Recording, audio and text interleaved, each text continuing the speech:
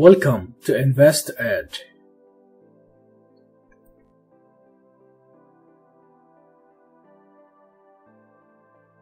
Welcome sa InvestEd. So today, we're going to discuss the top 5 consumer stocks with a hold position pero maganda ang fundamentals. Sa nakaraang video natin, tinakal natin yung top 2 consumer stocks na magandang fundamentals but naka-buy ratings naman. Okay? So guys, kung bago ka pa lang sa ating channel at first time mo itong makita ang ating screener, itong screener na to ay ginawa ko para sa mga nagsisimula pa lang sa pag-i-invest sa stock market para may guide kayo kung paano pumipili ng stocks and paano nag-a-analyze ng stocks, So, binabahagi ko dito guys yung aking 7 years of experience sa pag-i-invest sa stock market for free.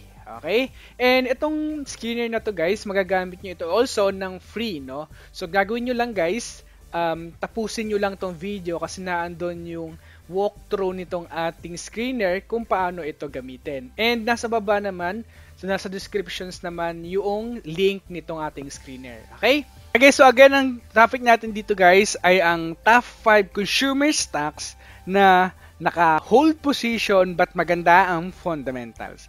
So pwede natin itong ilagay sa ating watch list. Okay? Guys, first stocks ay ang companying Wilcon Depot. Kung titignan natin dito guys, yung kanyang intrinsic value ay nasa 10.06 pesos per share. Ang time na nire-review natin to guys, yung kanyang latest price ay nasa 17 pesos per share. And yung ating margin of safety ay nasa 8.05 pesos per share, Okay guys, again, kung bago ka pa lang sa ating channel and first time mo itong makita, yung intrinsic value, ito yung fair value ng company. And yung margin of safety, ito naman yung buffer natin sa intrinsic value para makabili tayo ng sale sa company. So, paano nga ba gumagana itong margin of safety, So, sa mga hindi nakakaalam at bago pa lang, ang gusto natin, yung price ng company ay nasa margin of safety or below margin of safety. It is considered a buy ratings kapag nasa below margin of safety ang price ng company. Pero nakikita natin dito guys na yung kanyang price ni Wilcon ay nasa 17.10 pesos per share and yung ating margin of safety ay nasa 8.05 pesos per share lang. So, above na siya doon sa ating margin of safety and also above na siya doon sa ating intrinsic value, And kung titignan natin dito guys ang summary ng moat, management, and debt ratings natin sa company, nakikita natin na nasa excellent yung tatlong yan, So, ang ratings natin is 1 is the lowest, 10 is the highest. So, overall, nasa excellent itong company. So, mamaya itatakal natin to, Also, kung titignan natin dito guys yung kanyang 1-year chart, ayan, nakikita natin. Kung titignan natin dito yung 52-week high ay nasa 19 pesos per share and 52-week low ay nasa 10.50 pesos per share. Okay? And now nakikita natin yung market capitalization ng company ng time na nire-review natin itong company ay nasa 72.5 billion pesos market capitalization ng company ngayon. Okay na, kung titignan natin also, yung kanyang dividend yield ay nasa 0.68%. So, sinasabi lang dito sa atin guys na ang company ay nasa bottom 25% dividend payers in the Philippine market. Okay, nakikita natin. And also, nakikita natin dito yung trades ngayon ay nasa 171 trades. Net foreign ay nasa 0. Nakikita na rin dito natin yung net foreign yield na company, Dito naman sa net foreign yield, ito naman yung 1-year trade ng company and ano yung positions ng mga foreign investors sa company. So, nakikita natin dito nasa green. So, ibig sabihin nito, 411.38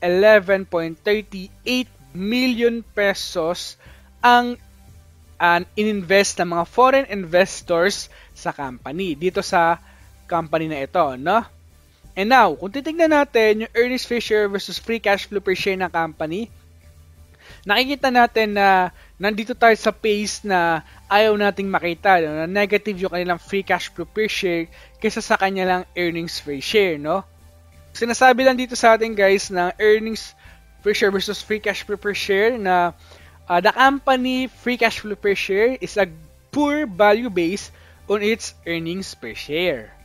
And now, kung titignan natin yung free cash flow yield ng company nasa 0, so ang gusto na kasi natin makita kapag nagre-review tayo ng stocks ay nasa 10% pataas yung kanyang free cash flow yield. But dito, nakikita natin nasa 0. So sinasabi lang dito sa atin ngayon na free cash flow yield na ang company ay overvalue in terms of free cash flow yield alone. Ayan, okay no? Now, kung i-scroll down natin ito, no, nakikita natin dito yung free cash flow ng company for the past 5 years. So, nakikita natin no, na negative, positive, negative na. Nakikita natin, no? Ayan. So, noong time na nag-IPO ang company noong 2017, meron silang 204.62 free cash flow per share. And 2018-2019, nakikita na natin na negative yung kanilang free cash flow, no? For the past 2 years ng kanilang for the past 2 years, no? So, nakikita natin na mas malaki yung kanilang capital expenditure, yung capex nila kaysa sa kanilang cash from operating activities. Now, kung titignan natin yung earnings per share, cash from operating activities, net income na company, no? Yung moat natin sa company. So, yung moat ay popularized by Warren Buffett. So, it refers to a business ability to maintain its competitive advantage over its competitor in order to protect its long-term profit from its competing firm, no? So, ang gusto natin makita dito guys, sa 4 categories ng ating moat ay nasa 10% pataas yung kanilang moat, no? Nakikita natin dito yung earnings per share ay nasa 11%, while the cash from operating activities ay nasa 85%, net income ay nasa 32%, book value per share ay wala, no? So, dalawa lang ang scenario dyan. Is either negative yung kanilang, in kanilang 2015 or 2017, naging positive na nung 2019, or 2015 or 2017, and negative na nung 2019. So, yung dalawang scenario dyan, no? Which in this case, no, nasa ano tayo dito, nasa good side sa moat na company. So, ibig sabihin, nasa positive yung kanilang 2019 book value per share, no? Okay? So, now, kung titignan natin dito, guys, yung ROIC and ROE ng company or management analysis natin sa company. So, nakikita natin for the past 3 years, no, na kanilang simula na nag-IPO sila, nakikita natin na vina-value na company naman yung kanilang mga shareholders. That's the positive sign sa mga shareholders na company, no? Sinasabi lang dito sa atin guys ng ROE, ng return on equity, kung gaano kagaling ang management to handle others people's money. Now, ang ROIC naman, sinasabi lang dito sa atin guys ng ROIC, no, kung gaano ka-efficient ang company. Okay? Okay, na kung titignan natin naman yung kanilang debt to earnings ratio or debt analysis natin sa company, kung titignan natin from 2017 to 2019, nakikita natin na sa 0.2, yun lang yung kanilang debt to equity ratio in 2017, 2018 ay nasa 0, 2019 ay nasa 1.9, no? Debt to earnings or debt to earnings ratio, what I mean, no? So, ano bang ibig sabihin ng debt to earnings para mas lalo nating maintindihan lahat? So, ang ibig sabihin nitong debt to earnings ratio sa mga bago pa lang sa pag-invest, no? Gaano katagal mababayaran ng company yung kanilang long-term debt gamit lamang yung kanilang net income. So guys, ang gusto natin makita kapag nagre-review tayo ng stocks, sa kanilang debt to earnings ay nasa 3 pababa lang yung kanilang debt to earnings. So which in this case, nasa 1.9 yung kanilang debt to earnings. So nasa positive side tayo sa kanya, no? Yung pinakamataas nila ay 1.9. So, ang ibig sabihin nito, 1.9 years kaya nilang bayaran yung kanilang long-term debt gamit lamang yung kanilang net income. So sinasabi lang din sa atin dito guys na wala sila masyadong interest expense na kinikaters sa company. That's the positive side sa mga investors ng company. Tignan natin yung kanilang price to earnings ratio, no? Ayan. Annually ay nasa 34.15 comparing to the PE ratio na company in trailing 12 months or in a current data nila nasa 49.49 PE ratio ang company. So sinasabi dito sa atin guys ng PE ratio. The PE ratio of a company in trailing 12 months is a poor value based on its PE ratio annually. No? Ayan, nakikita natin. Okay guys? So, I guess okay na lang mag-explore no, ng ibang informations ng company. Ayan. So, hindi natin to itatakil ng full kasi kung itatakil natin to ng full yung pag-a-analyze o pagre-review ng mga bawat stocks, so tatagalan tayo kasi ang kukunin natin dito ay 5 stocks pa, no? So, pahapyaw na lang tayo, no? So, although na-review ko naman sila, but kung gusto nyo pang i-review, no, so tignan nyo na lang dito sa ating ibang metrics pa, okay? Okay guys, nakikita natin dito yung free cash flow na company annually, no? Nakikita natin na negative 785 million negative free cash flow ang company annually. Now, let's compare free cash flow na company annually to the latest data nila sa kanilang free cash flow. Kung titignan natin dito guys sa kanilang free cash flow in trailing 12 months, ang maganda dito guys, nag-positive na yung kanilang free cash flow in trailing 12 months. So, no? Sa kanilang positive data o sa kanilang latest data, no? So, nakita natin na nasa 569.12 million positive free cash flow na company. That's a positive sign, no, sa mga investors na company na nag-positive na yung kanilang free cash flow. So, sinasabi dito sa atin guys, sa latest data nila na mas malaki na yung kanilang cash from operating activities kaysa sa kanilang capital expenditure or CAPEX. Okay? Okay, so kung titignan naman natin dito guys, yung kanilang debt to equity, no, nakikita natin annually ay nasa 27.71% yung kanilang debt to equity. So let's compare debt to equity nila in current data. Kung titignan natin yung debt to equity ng company in quarterly, nasa 29.17, no? So nakikita natin na medyo tumaas yung kanilang debt to equity ratio ngayon, but still nasa positive sign pa rin yung kanilang debt to equity ratio, no? So ang gusto natin makita guys, pag nagre-review tayo ng company, no, yung kanilang debt to equity ay nasa 40% pababa lang. So which in this case, nasa 29.17%. So sinasabi dito sa atin guys ng company na in every 1 peso na ginagamit ng company sa kanyang operation, 29.17% noon ng 1 peso ay financed by utang lang. So that's a positive sign, no? Hindi siya umabot ng 40%. So that's a very good and positive sign sa mga potential investor or investors nitong company. So guys, na hindi natin ito i-full review. So kunin natin pahapyaw na data ng company. Na kung titignan natin dito guys, ang kanilang net profit margin naman na company. So annually ay nasa 8.68%. Comparing to the net profit margin na company in trailing 12 months ay nasa 6.6%. So nakikita natin dito na bumaba yung kanilang net profit margin, no, nasa 6.6% na lang. So sa mga bago pa lang sa pag-i-invest, yung net profit margin, no, ang ibig lang sabihin nito, in every 1 peso na benta ng company or sales ng company or revenue ng company, 6.6% nun ay tubo na nila or neto na nila, no? Okay? Okay, so kung ipipindutin natin tong financials, no? Ayan, nakikita natin dito yung value ng company na sa overvalue. So, and in terms of moat, nasa strong moat ng company. In terms of management, nasa excellent management ng company. In terms of debt, nasa excellent balance sheet ng company. So in terms of dividend, no, medyo mababa yung kanilang dividend kaya naka-red tayo dyan.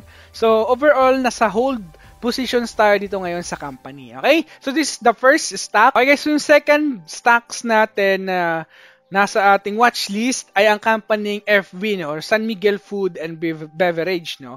Kung titignan natin dito guys, nasa hold positions tayo sa company because yung ating intrinsic value nasa 27 point or yun, nakakapalit lang ng intrinsic value ng company, nasa 26.49 pesos per share, and yung latest trade na company or latest price na company nasa 71.05 pesos per share ng time na nire-review natin ito, and yung ating margin of safety ay nasa 21.19 lang. So talagang sobrang laki, no, ng agwat na kanilang intrinsic value. So talagang itong company na to, no, ay nasa wish list natin, no, itong company, no, para sa akin kasi sobrang laki ng difference sa kanilang intrinsic value to the the current price ng company, no?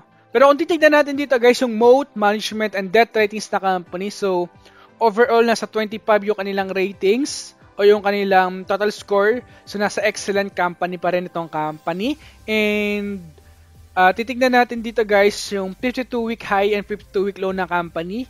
Okay? Yung 52-week high ay nasa 88 pesos per share, 52-week low ay nasa 44 pesos per share, no? And yung kanyang dividend yield ng company, nakikita natin nasa 2.3% dividend yield. So sinasabi dito sa atin guys ang dividend yield na nasa average ang company in terms of dividend yield alone, no? And also kung titignan natin dito guys yung net foreign yield na company in a 1-year trade na company, nakikita natin na ang mga investors ay pumasok sa company, no? Yung mga foreign investors ay pumasok ng 34.28 million pesos net foreign investment sa company. Okay? So, kung scroll down natin itong company, kung titignan natin for the past 5 years, yung kanilang negative free cash flow lang ay noong 2016, no? And the rest is puro positive na. So, nakikita natin na maganda na, no? Yung kanilang free cash flow. Na kung titignan natin yung moat analysis natin sa company, so ang negative lang sa kanila yung book value per share nasa 14% and the rest ay puro positive naman, no? So kaya yung ratings natin sa moat ay nasa 5 lang. And now, kung titignan natin yung management analysis natin sa company, no, yung ROIC and ROE na company, so sinasabi lang dito sa atin guys ng ROIC and ROE na company na binavalue ng company yung kanilang mga shareholders or investors sa company. So, kung titignan naman natin yung kanilang debt to earnings ratio for the past 5 years, nakikita natin na nasa 2.6 yung kanilang pinakamataas na debt to earnings ratio. So, nasa good side pa rin siya, no? In good terms pa rin siya in terms of debt to earnings ratio. So, 2.6 years nila kayang bayaran yung kanilang long-term debt gamit lamang yung kanilang net income. So, wala sila masyadong interest expense na kinikater sa company. Okay na kung titignan natin yung PE ratio ng company annually ay nasa 23.58 while the PE ratio ng company in trailing 12 months nasa 31.5. So sinasabi lang dito sa atin guys ng PE ratio ngayon na the PE ratio of a company is a poor value based on its PE ratio compared to the PE ratio annually. Ayan. Okay? So, yung titignan naman natin yung free cash flow na company sa kanyang financial strength, annually ay nasa negative 5.06. Okay, so kung titignan natin dito guys, yung free cash flow ng company annually, nasa negative 5 billion yung kanilang negative free cash flow. And now, let's compare sa kanilang free cash flow ngayon in trailing 12 months. Nakikita natin na negative pa rin, no? Nag-worsen pa rin yung kanilang free cash flow na 6.6 billion na yung kanilang negative free cash flow. Okay, so sinasabi dito sa atin guys ng free cash flow ngayon na mas malaki yung kanilang capex kaysa sa kanilang cash from operating activities.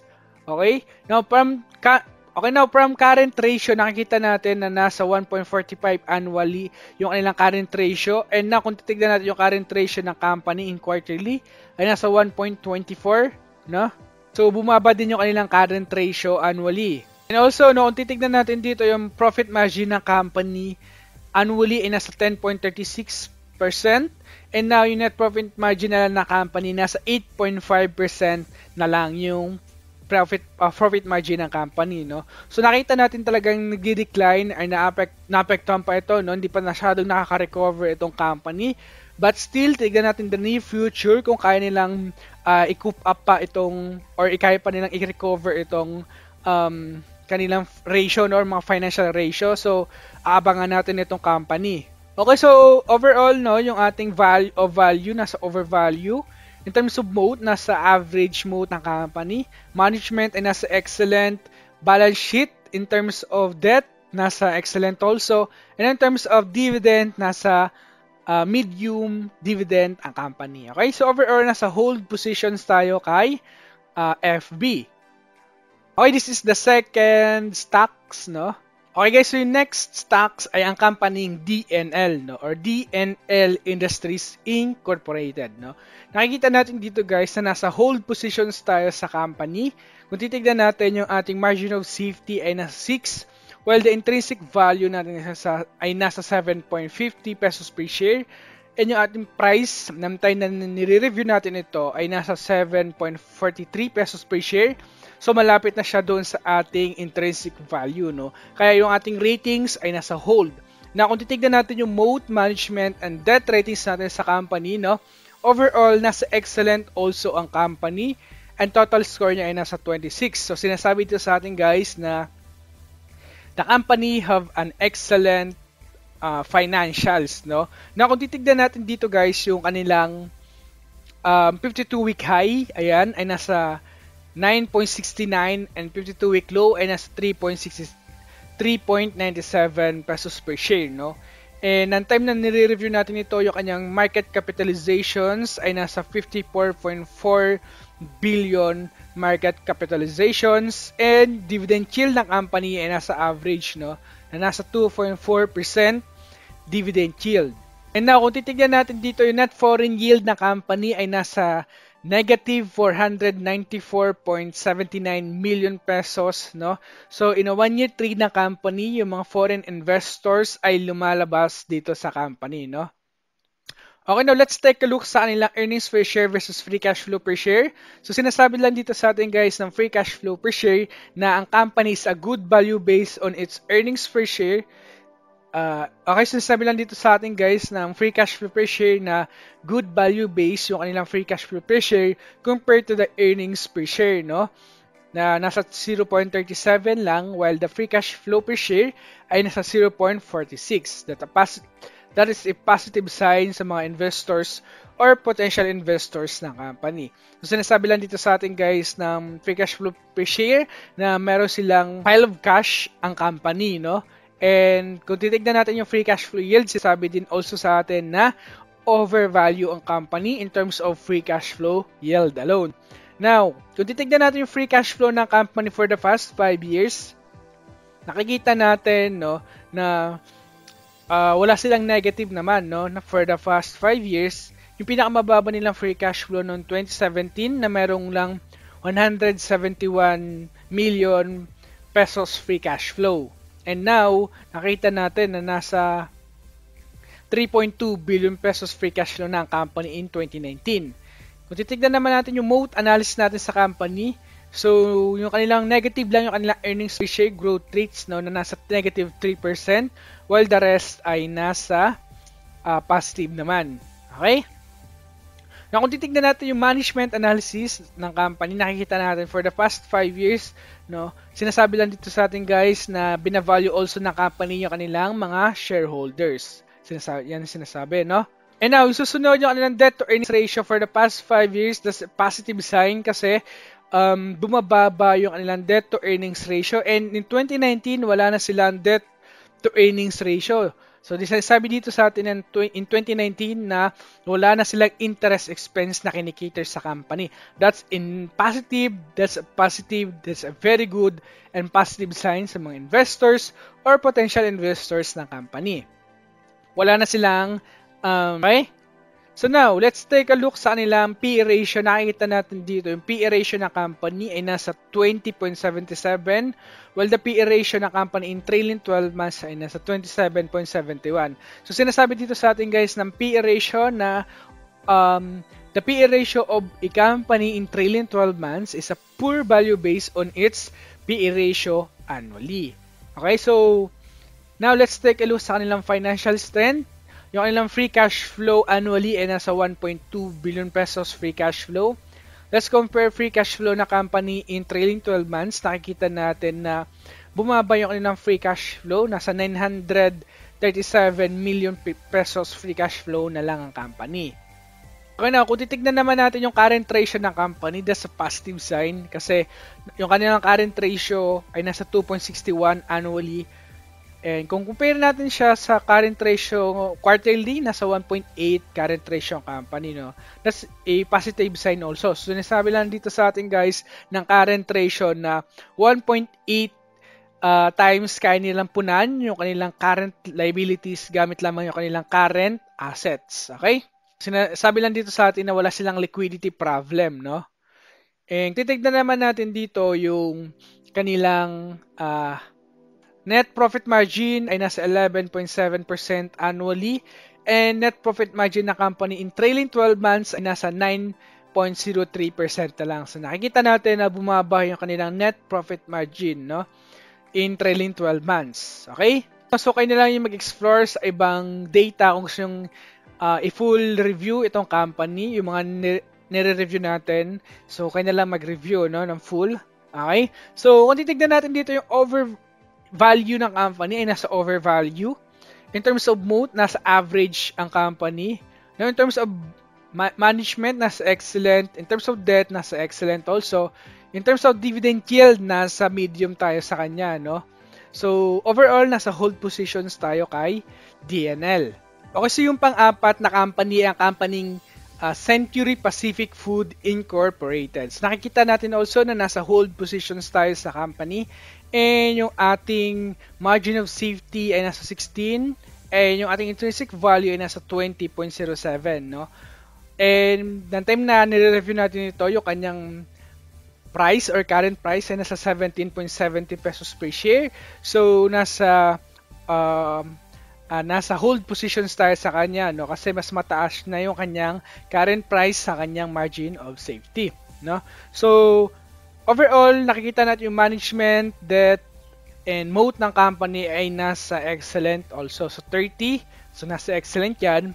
Kung titignan natin yung 52-week high na company nasa 18.48 pesos per share.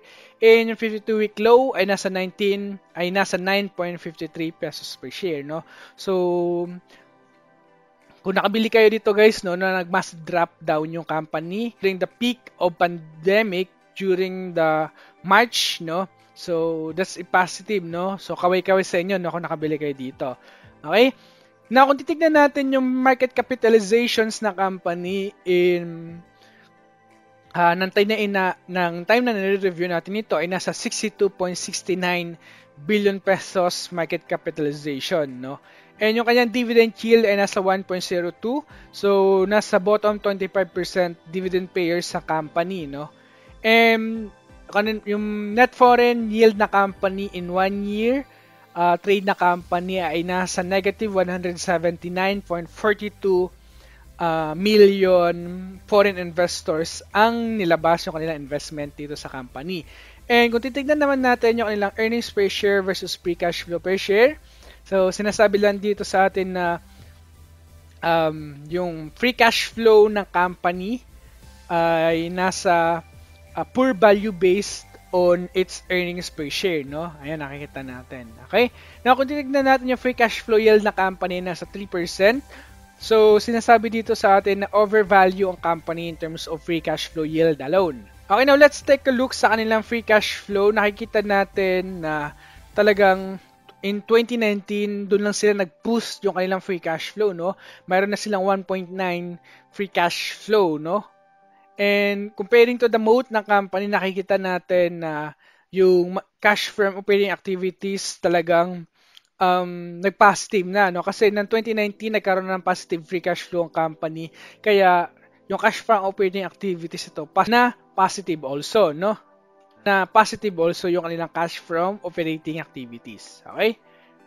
So now, yung management na company, nakikita natin ROIC and ROE ng company, no?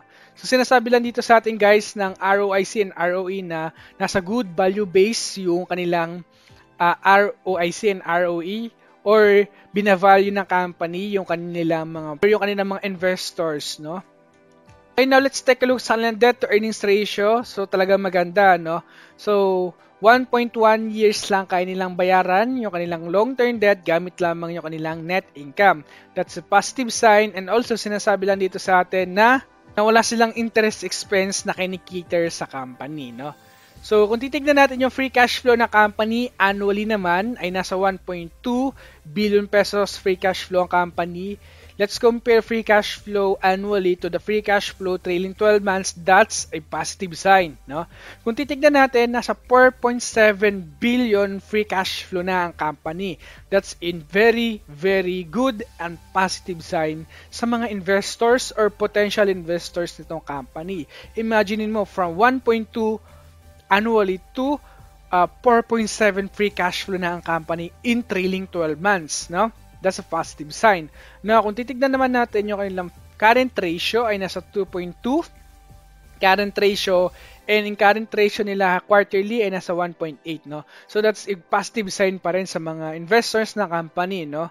So again, yung current ratio minimeasures lang dito ng company or minimeasures lang dito yung liquidity ng company. Okay? And then, kung titignan natin yung net profit margin ng company, nakikita natin na nasa 7.76 annually, and now yung kanilang net profit margin in trailing 12 months ay nasa 8.12% na. So tumataas yung kanilang net profit margin, no? Pero nakita natin nasa red kasi gusto kasi natin makita 10% pataas yung kanilang net profit margin. But still, nag-grow na yung kanilang net profit margin. Okay? So in summary ng ating pag-aaral sa kanya, no? In terms of value, nasa overvalue ang company. Moat, nasa strong. Management ay nasa excellent management. Debt ay nasa excellent balance sheet ng company. In terms of dividend, nasa medium ang company, no? So overall, nasa hold also tayo kay Century Pacific, no? Kasi yung last na company ay ang company Concepcion Industrial Corporations or CIC, no? So, may hawak ako nito, no, na currently may hawak pa rin ako dito sa company na to. So, pero nakikita natin overvalue na ang company. Kaya hindi natin nagdadagdag ng positions. Na kung titignan natin dito, yung ratings natin ay nasa hold and yung ating margin of safety ay nasa 18.12. And yung ating intrinsic value ay nasa 22.65. So, nasa intrinsic value na ngayon ng company, no? Nasa 22.65 na rin ang kanyang current price. So, nasa intrinsic value ng company. So, pwede ko na siyang ibenta yung aking yung aking position kay CIC.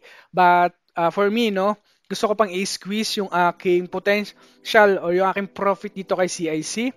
So, let's see, no?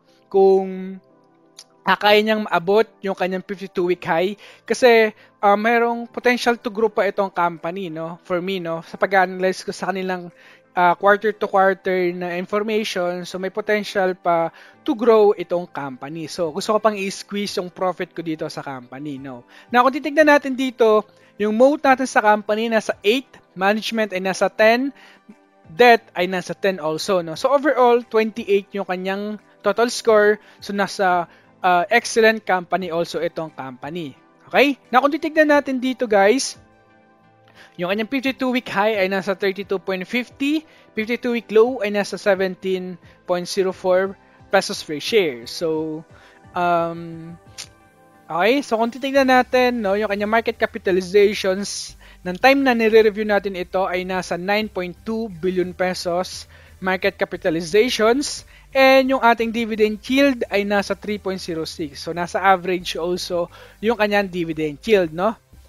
So, kung titignan natin dito, guys, yung kanilang net foreign yield in 1 year trade, no, nakikita natin na negative 66 million ng mga foreign investors ang nilabas yung kanilang mga investment sa company na ito, no? Okay?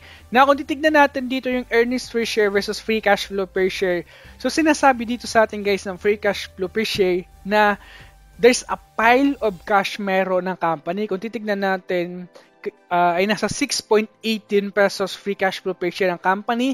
And yung free cash flow per share lang ng company ay nasa 2.34, no? Kaya nainganyo rin ako dito mag-invest ng nakaraan ng time na nagda-draft yung company, no? Nagmamassive drop down itong company, talagang bumuhos din ako dito sa company na to. Kasi kung titignan mo yung free cash flow per share na company, talagang attractive, no? Ayan.